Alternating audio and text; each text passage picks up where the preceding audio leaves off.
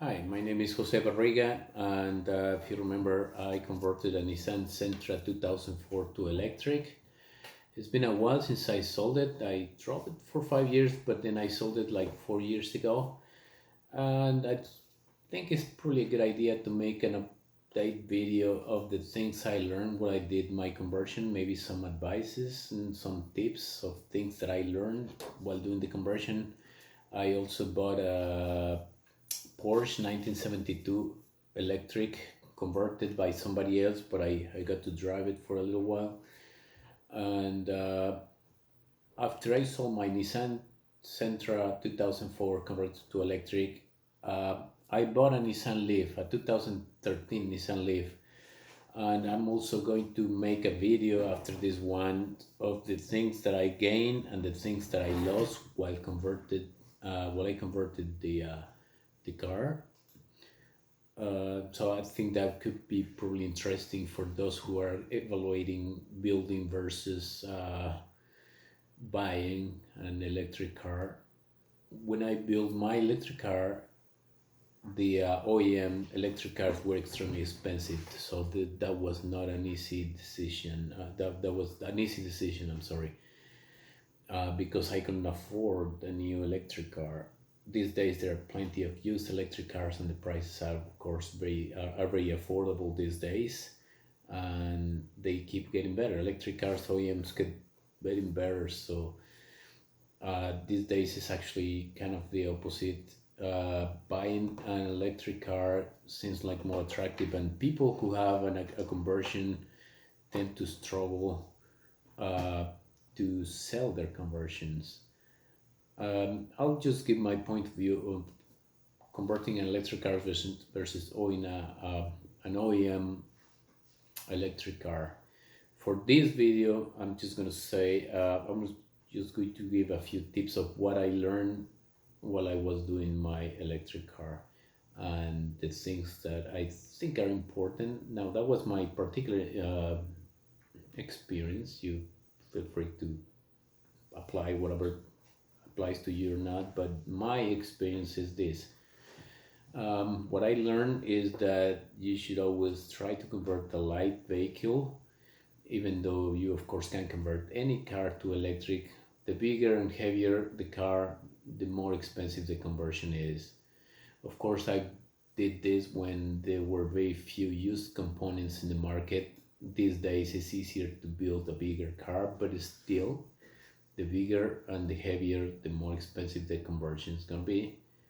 Um, Also, these days, if you can make an AC system, conversion is better because you get regenerative braking, which it may be important if you especially live in highly hilly, terrain where you can recover energy while going downhill, or in general, every time you brake, you recover some of the energy. So AC systems tend to give you a much better range, and they don't have even brushes, so they need less maintenance. They used to be much more expensive AC systems and much less powerful. When I was doing my conversion, that's not the case anymore. You can get very decent price AC systems, or and very powerful, like Tesla. I mean, Tesla has an AC motor and is quite powerful, so that's not an issue anymore.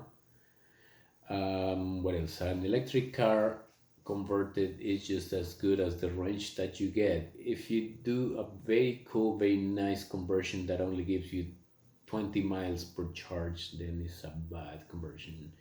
Even though it may be pretty and everything may work okay, if you can just go 20 miles per charge, that's not a good car. If you can convert a hatchback as that's better because you get all the space of the hatchback space.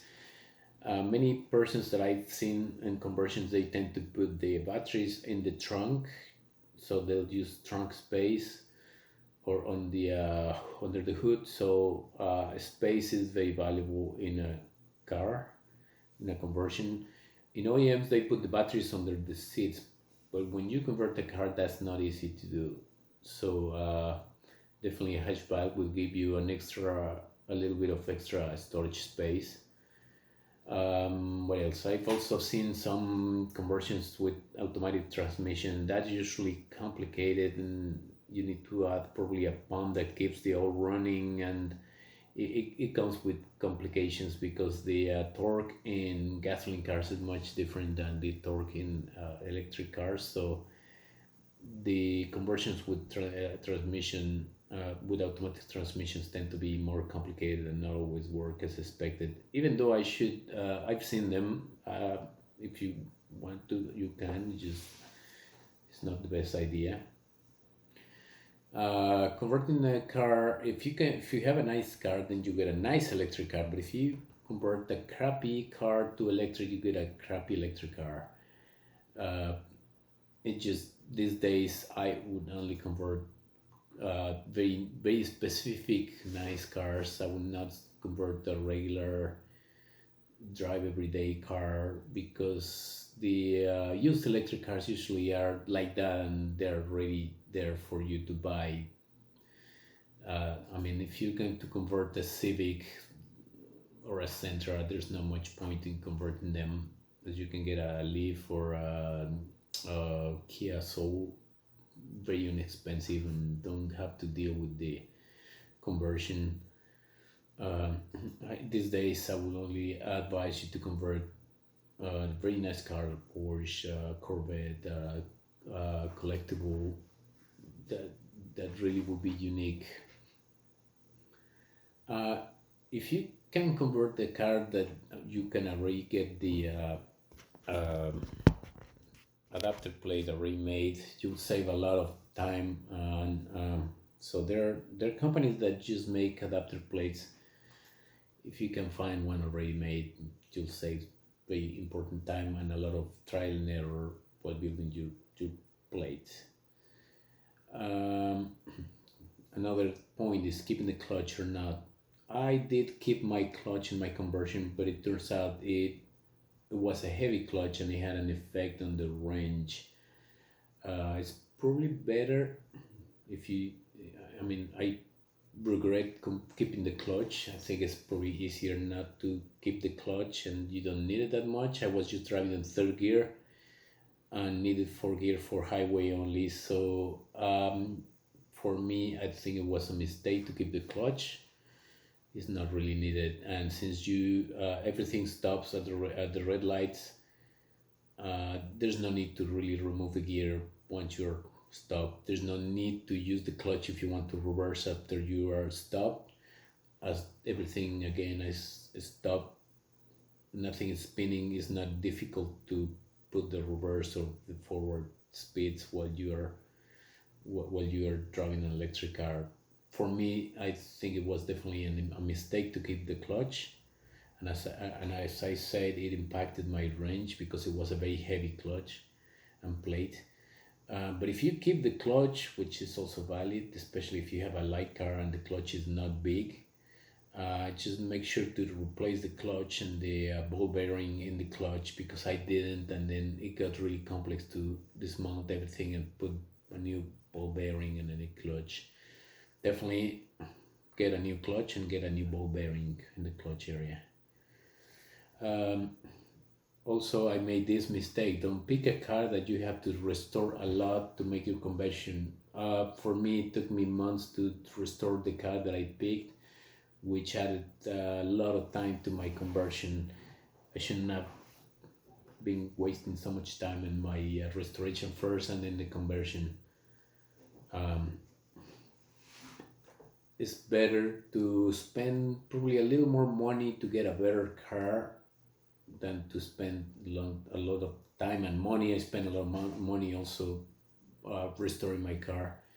Since you're typically going to drive or keep your conversion for a good while, invest just a little more and get a better car and save yourself some a little work and conversion time.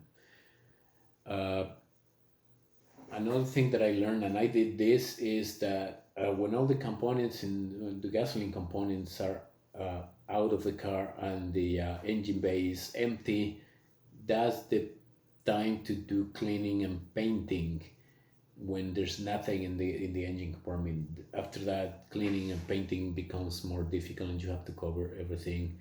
After you remove everything in the gasoline, all the gasoline components, that's the time to repaint and to clean deeply all the engine bay. Um, Also, a little bit of paint in your plate adapter plate if it is not aluminum. If anything that is metal, all the battery supports, all the motor supports, all the controller or inverter supports. It's really easy to just use a little bit of spray paint, and it will improve the final look of the conversion a lot. Just spray paint black or any other color all the components, and that helps a lot with the final look of your conversion. This mistake, and next point, this I made this mistake. Don't buy your components for the conversion until you're ready to install them, or just shortly before, because in my case I bought shortly after I bought the car. But it took me months to install it, so my warranty was being used while the components were not even used. um, I think I lost months of warranty that I could have been, you know, used while the car was in service. And also, I realized that there were better components while I was when I was ready to install my components. There were better components in the market, so definitely it was a mistake to buy my components so soon. You really should buy them until you are almost ready to use them.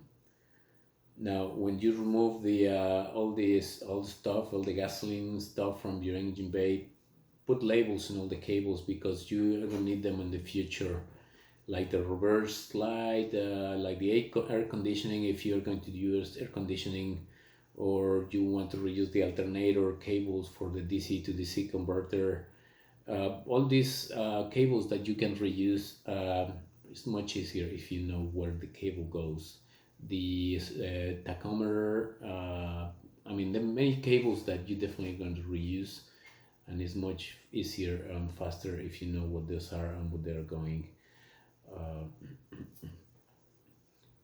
I don't think it's very common, but I've heard of some cars where they put them back into a gasoline car after being an electric car. Then in that case, will be much easier to know also where the cables go. That's not that common, but definitely there are a number of cables that you will reuse in your electric car. Uh, Also, this is a mistake I made. I bought an electronic throttle, and it turns out that most of the cars with electronic injection or fuel injection, they have an electronic throttle pedal or accelerator pedal anyway, and you can use it in your conversion. Before buying an electronic pedal, a throttle, make sure that you or check that if you can use the original pedal from the car. As long as the car has electronic conversion, many of these can be reused, and I ended up reusing mine and returning the other one that I bought. Also, when you have all the transmission and motor and radiator and all this stuff out of the car, and you have the engine bay empty, that's the time to change the CV boots. CV boots, even if they look good, it'll save you a lot of headaches if you can replace it when the bay is empty, and it's easy to remove the shafts and put new CV boots. You'll thank me, because once you start driving and if one of them breaks, is much more complex and expensive to replace them. Something else that I learned is that it's much easier to convert a car with rear wheel drive and not with front wheel drive, because when you have a rear wheel drive, the motor installs lower in the engine bay, giving you extra valuable space on the engine bay. While if you install it in a four wheel drive car, The motor and the transmissions tend to be higher and ended up using very valuable space that you can use for components or for batteries. Also, rear wheel drive seems to be better for cars with a lot of torque. It will spin wheels less and give you extra power. So that was a mistake that I also made. I converted the Sentra with forward wheel drive, which should have been, I think I should have picked a rear wheel drive car. Another mistake I made is using lead acid batteries, and then I upgraded to lithium batteries. I should have skipped the lead acid, and because I wasted a lot of work and a lot of money, and the batteries didn't last hardly anything. They get old really fast, and I had to redesign a lot of the components. It was a lot of wasted money and time. Um, but if you use lead acid batteries, don't do the mistake that I did. I discharged more than half of the battery, and that reduces the useful life of the batteries a lot. There's an effect called Pickard effect, which basically says that the more you discharge a lead acid battery, the faster you discharge it, the less energy you will deliver. So it is it is a really bad idea to use lead acid, and even though it was a little cheaper at the beginning to do that, it was not in the long run. I had to reinforce the suspension. I had to do all these supports, and then some of these batteries leaked acid and damaged some of their components. Definitely should not have used lead acid.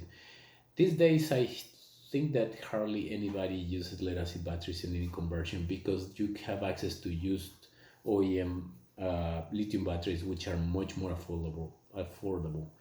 That was not true when I did my conversion like 9 years ago, but it is these days. I hardly think that anybody would be using lead acid batteries these days. But if you do, make sure to use the deep cycle batteries only, the ones that the golf cars use. It. Regular batteries, the batteries that you have in your car for your starter, will not work. Those are only delivering high boost of energy in short periods of time, which is fine for the started engine, but not for driving. Definitely do not use the regular lead acid batteries. They have to be deep cycle. Um,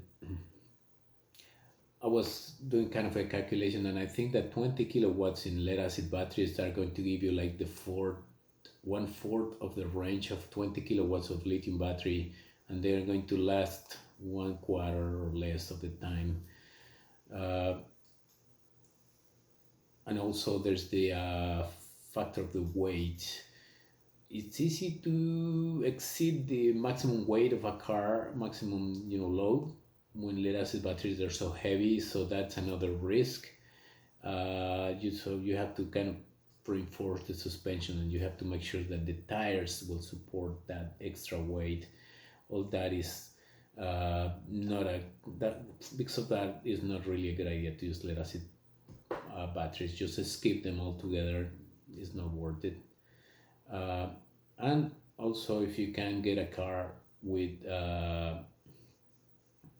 power brakes, because of the extra weight, especially if you use lead acid, the extra weight make it difficult to brake.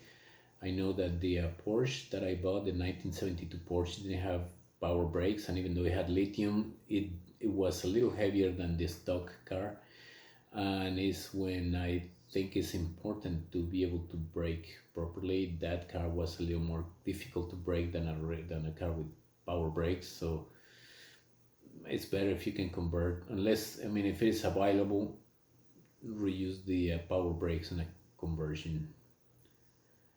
Um, I also learned that it's a good idea if you try to sink the batteries into the trunk or under the back seat.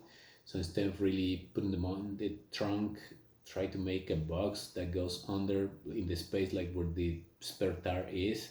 That will give you very important extra space that you can use. I did that with my batteries and definitely made it, gave me extra space. In the OEMs, they just put the batteries under the seats, which is perfect. But on conversion, it's more difficult to do that and put them under the seats. They typically have to go into the trunk or the under the hood. And if you install them lower, it helps with this lower center of gravity. Definitely helps with the stabilization of the car. Um, oh, um, Another important thing I learned is that a conversion without an assisted power steering is really difficult to drive. It's not a very good experience. I mean, when you're going fast, it's okay because you hardly turn or you don't have any problem with drive. But when you're trying to park and when you're trying to get out of a parking lot, it gets challenging. The first thing I did was I installed power steering, which was hydraulic, and it worked okay for the most part. It just was very noisy, and I didn't like that because the electric cars were very quiet, and then to have the power steering making all that noise was not good. The second attempt I did was to install an electric power steering from an Chevrolet Equinox. That was much better. Definitely, that's in my opinion that's the way to go, and that was completely silent. What about us? What else? If you install lithium batteries, it's good idea to install a BMS. When I started doing my conversion many years ago, it was not easy to find good BMS. Most of the converters that use BMS ended up removing the BMS uh, because it was causing more problems than helping you. But these days, I've seen that there are many very decent BMSs with passive and active monitoring and separate screens for monitoring. So definitely these days, I think it's a good idea to install a BMS. And because the lithium batteries are safe as long as you don't exceed the maximum voltage or go below the minimum voltage. If you go below the minimum voltage, you can damage the batteries really easily. And if you exceed the maximum voltage, they can become dangerous. They can catch fire, and because of the runaway effect, if one of those catches fire, they can go into the next cells and can make a big mess really quickly. They can be dangerous. So I really think that these days there are very decent BMSs, and you should install a BMS with your conversion. Another thing I made a mistake is I didn't install a battery charger big enough, and you should try to install the best battery charger that you can. Commercial electric cars have a 7.2 kilowatt battery charger, which will give you, I think, roughly like 20 miles per hour connected. I installed a very small charger with my car, which was fine for charging all night, overnight.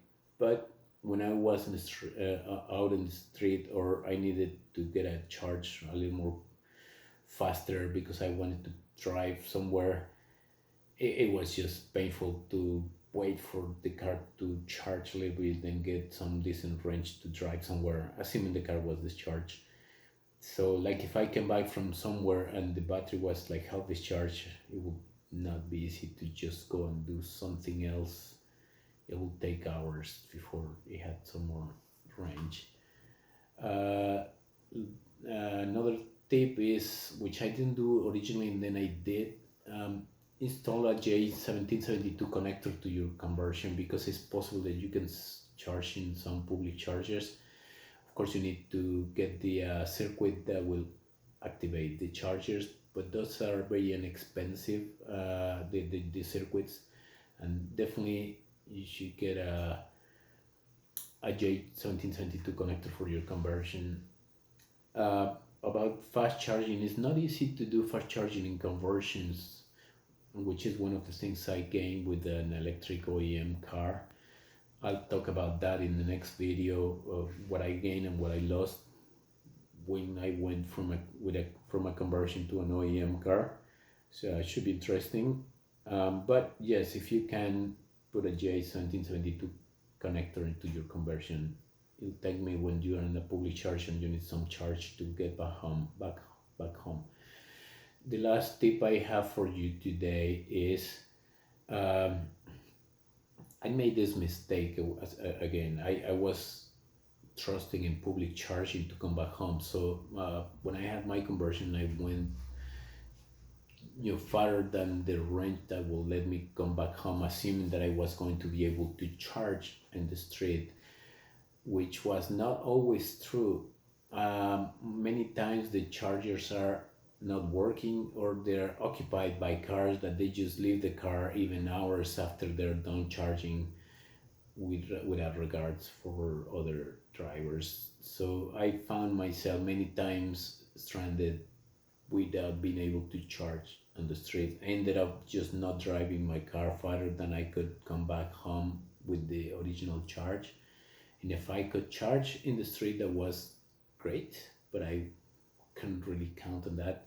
Of course, that was several years ago. There are more chargers these days, but I think still true. You don't want to trust in those chargers to be available, working to come back home. And as there are not that many yet to be able to go to the next one, sometimes you don't have that luxury or that range.